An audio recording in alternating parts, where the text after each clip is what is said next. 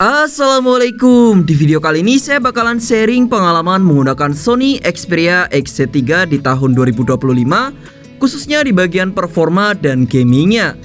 Jadi di video kali ini saya bakalan cobain beberapa tes untuk nyobain Sony Xperia XZ3 masih layak gak sih di bagian performanya, khususnya buat gaming harian kayak Mobile Legends ataupun PUBG. Oke, kita bakalan langsung cobain untuk tes yang pertama, yaitu tes Core Antutu.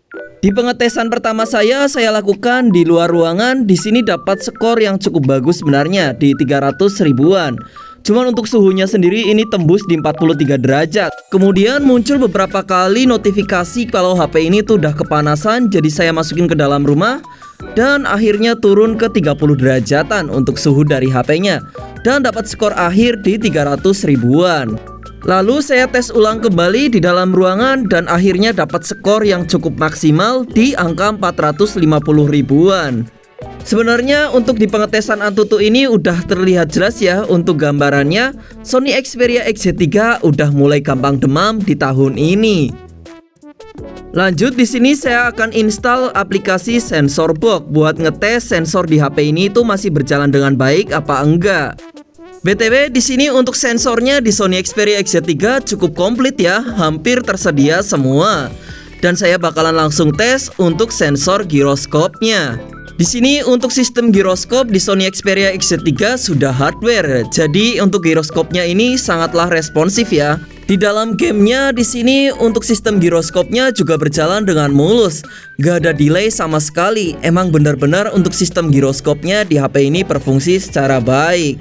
Di sini saya juga uji tes untuk multi touch-nya berjalan dengan normal apa enggak, dan di sini berjalan dengan sangat baik, dan untuk jumlah sentuhannya bisa sampai dengan 10 touch. Oke, semuanya udah komplit ya dan berfungsi secara baik. Langsung aja kita ke dalam in-game-nya. Di sini pertama saya bakalan cobain untuk tes game Mobile Legends. Selama kurang lebih setengah jam saya pakai setelan grafis yang tertingginya di grafik ultra ya. Dan frame rate-nya juga bisa tembus di frame rate super. Walaupun untuk layarnya sendiri HP ini masih di 60 Hz aja. Pengalaman saya memakai Sony Xperia XZ3 dari segi touch delay-nya sih agak minim ya. Di sini jarang sekali ada touch delay kecuali udah bermain selama 30 menitan. Sedangkan untuk saya sendiri sekarang bermain game berlebihan sudah jarang. Paling maksimal cuma 2 match aja, kurang lebih di 30 menit. Paling lama di 40 menitan, HP ini masih tergolong lancar untuk dimainin. Kemudian untuk pengurangan baterainya di Sony Xperia XZ3 juga tergolong lumayan boros ya. Di sini untuk bermain selama kurang lebih setengah jam sudah berkurang baterai hingga 30%. Jadi ketika kamu bermain intens memainkan Mobile Legends kurang lebih 1 jam 40 menit, HP ini udah kehabisan baterai ya, dari 100 ke 0%. Selanjutnya saya juga bermain game PUBG Mobile. Di sini untuk setelan grafisnya saya cobain di Smooth Extreme. Sebenarnya bisa naik ke grafis-grafis yang lebih tinggi, cuman lebih rekomendasi di Smooth Extreme aja untuk pergerakan yang lebih baik dibandingkan grafis yang lainnya. Di sini untuk karakter bermainnya terlihat cukup HD ya, untuk tampilannya sangat menyenangkan. Dan di sini menurut saya untuk game PUBG Mobile di HP Sony Xperia XZ3 tergolong cukup baik untuk di awal-awal bermain game. Bisa dilihat teman-teman, di sini untuk pergerakannya sangatlah mulus, dan untuk sistem giroskopnya di HP ini juga tergolong cukup baik.